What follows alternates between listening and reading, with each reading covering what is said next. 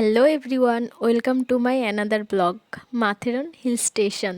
এই টয় ট্রেনটি আমাদের নেরুল স্টেশন থেকে মাথেরন পৌঁছে দেবে। সেটা আবার পাহাড়ের ভেতর দিয়ে, রাস্তা গুহার মধ্যে দিয়ে, পাহাড়ের ওপর দিয়ে। এটা আমাদের একটা আনপ্ল্যানিং ট্যুর ছিল। রাত 12টার সময় ডিসিশন নেওয়া হয় আর ভোর 5টার সময় আমরা ঘুম থেকে উঠে ঘর থেকে বেরিয়ে যাই।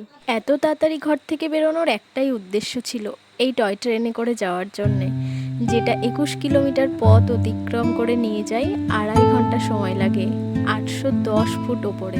ছাড়াও নেরুল থেকে মাথেরন যাওয়ার জন্য আরেকটি রাস্তা রয়েছে, সেটা হলো ট্যাক্সি, যেটা আপনাকে আধ ঘন্টার মধ্যেই একদম ওপরে পৌঁছে দেবে। কিন্তু আমরা এই টয় ট্রেন যাত্রাটা উপভোগ করার জন্যই এতে এসছি। এই টয় ট্রেনটি দিনে একবারই চলে, ওই 9টা নাগাদ। এই সময়টা ছিল মার্চ মাস। তখন আমার মামা মামি আমার কাছে ঘুরতে এসেছিল। যখন নিজের মানুষরা কাছাকাছি থাকে তখন আরও বেশি ভালো লাগে না? ওরাও গেছিলো আমাদের সাথে ঘুরতে। আর এখানে একটু আমরা শাহরুখ খানের স্টাইলে পোজ মেরে ভিডিও করতে চাইছিলাম, কিন্তু টিটি এসে এমন বকা দিল তাড়াতাড়ি করে ভেতরে যে, ব্যাস ভেতর থেকে জানলা দিয়ে বাইরের দৃশ্য উপভোগ করছিলাম।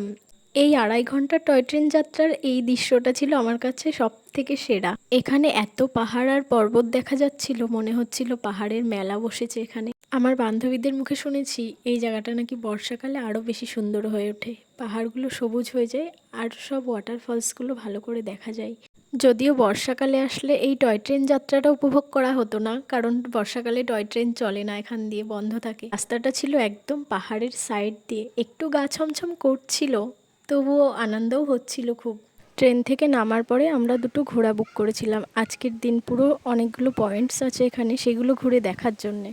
অল্টারনেট করে আমরা সবাই উঠেছি ঘোড়ার পিঠে, আর ঘোড়াগুলো এত বড় বড় ছিল, পুরো সিনেমার মতন, যেটা ভিডিওতে অতটা আসেনি।